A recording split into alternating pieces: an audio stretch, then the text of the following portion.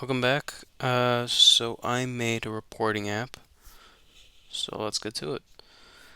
So there's just instructions on how to run it, but it's in the README file, so you can check that out. So the idea of this app was you fill out forms, and then you can get information from people as you go along. So just it's kind of like just basic Twitter sort of thing. I had this idea of like having like a group of individuals who can just like report in a community and tell each other like, "Oh, I saw something strange today." Not like a crime, but yeah, something along that lines. So we start off at main.py. So we're just creating this multi-app. So I saw a YouTube video explaining how to do this. So it's a drop-down menu that will change the page for you. So we could use Streamlit to have a multi-page app. It's a little nicer and easier to work with. So from there, we read in our pages that I'm going to show you in a bit, and then we add those pages to our multi-app, and that makes them all run together. So before we move on, let's check out that multi-app. So this is our router. So we append a title and the object itself, which would be our function, and then we just add it to a select box. And that's kind of it. When you select it, it'll run that function from the Lambda, and you can then go to that page. Cool. This is just to show you how geocoder was working, but it's not that important. I used it for identifying where the person is, but I don't think I ended up using it. Oh, I did use it.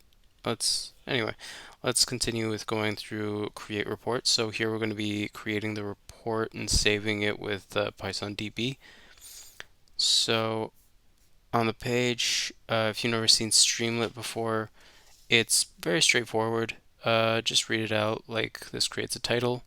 This is a text input, selection box, so on. So this is a form to gather our information. When it's submitted, it's going to go here. I'm just doing some filtering here to replace any spaces because I don't like having files with spaces in them. I think it's weird. I've seen it a couple times and I don't like it. Uh, but yeah, and I needed to change the date to ISO format because I wasn't it wasn't saving in Python DB. So yeah, that's about it. That was the whole gist of my meaning or my reasoning. So next, yeah, still JSON formatting for the date. Then here we go to the actual saving part.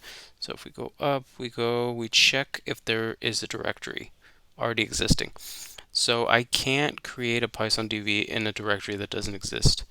So so every time I do this, I have to check, oh, does this country city already exist? That way I can put them in, no problem. And if not, I have to create that. So I check if both paths exist, else I create folder. And create folder is just os.make directories with that path you want. So it's pretty straightforward since the information is being passed to us. And then we save, and you now have a database. So we look at the information here, and yeah, it's just a JSON. Cool. So moving on. Uh, so the geolocator was to identify where that person is so that you could show them immediate values that affect them.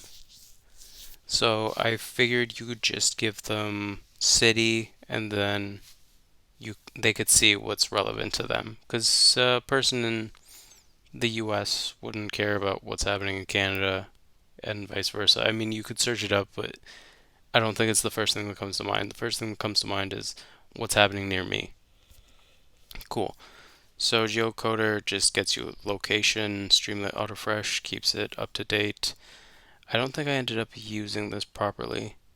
I think I wanted it to update so it could continuously get the new information that's coming in. But I'm not entirely sure if this works or not. I haven't actually seen any changes. I just followed the docs and it showed me that this is how you set it up, but I haven't seen any changes to it. So I hope it's working, but I don't know how to test that yet. So next, Python TB again. We're going to be taking out the information that we got from before. I don't remember what I used this for, and I think I needed this for putting down information. Anyway, um, so data show is going to be our global variable that we're going to keep updating. So it's going to work as our cache. That's going to get our location, user city, user country. So we're going to fetch based on that. Uh, I needed a different set of CSS than the one that's already defaulted. So I needed to bring in my own. You're going to see that I created a little search bar. It's okay. So again, adding our styling sheet to our HTML page that we're going to be creating through Streamlit. Fetch files. So this is going to get all of the information that currently exists in uh, our entire app, like from all over the globe. So we could just save that once, and then we don't have to worry about it. If this app ever gets bigger, this would have to be changed, so it could only get from one location, just because it's such an amount of information that it would cause a lot of issues every time somebody opens up the app. They would get a lot of overhead, and it would slow down everybody else. Anyway, retrieve all reports. Yeah, that's gonna go hand in hand with fetch all files. So from after we fetch the files, we're gonna open up those databases and grab everything inside.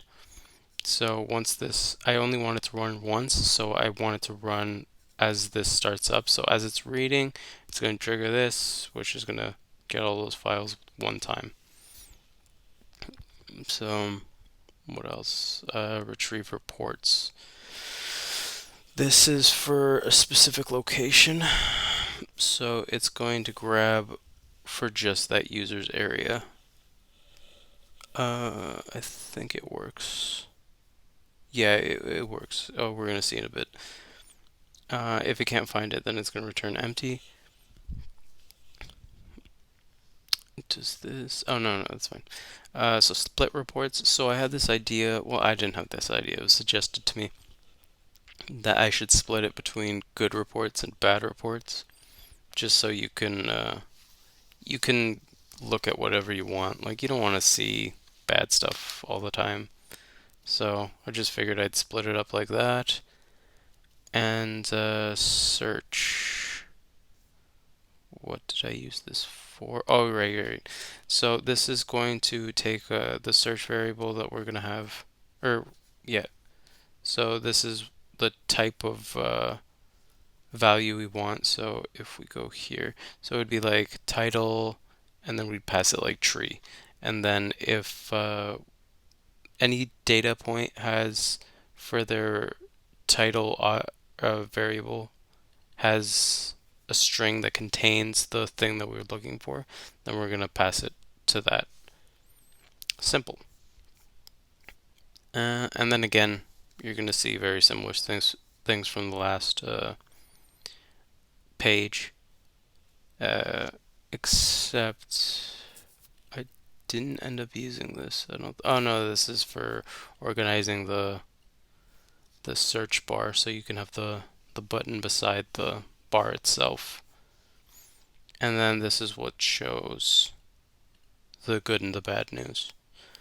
So that's it for now. Let's try to run it. Give me a second. Okay, so here you can see our page now. So we have the form you can submit, and then the actual important bit. Um, yeah, it's kind of not much else to show for it. But yeah, if you wanted to add anything to this, make it bigger, make it better, go ahead. I'm not gonna stop you. Anyway, I'll see you around. Any questions, let me know. Bye.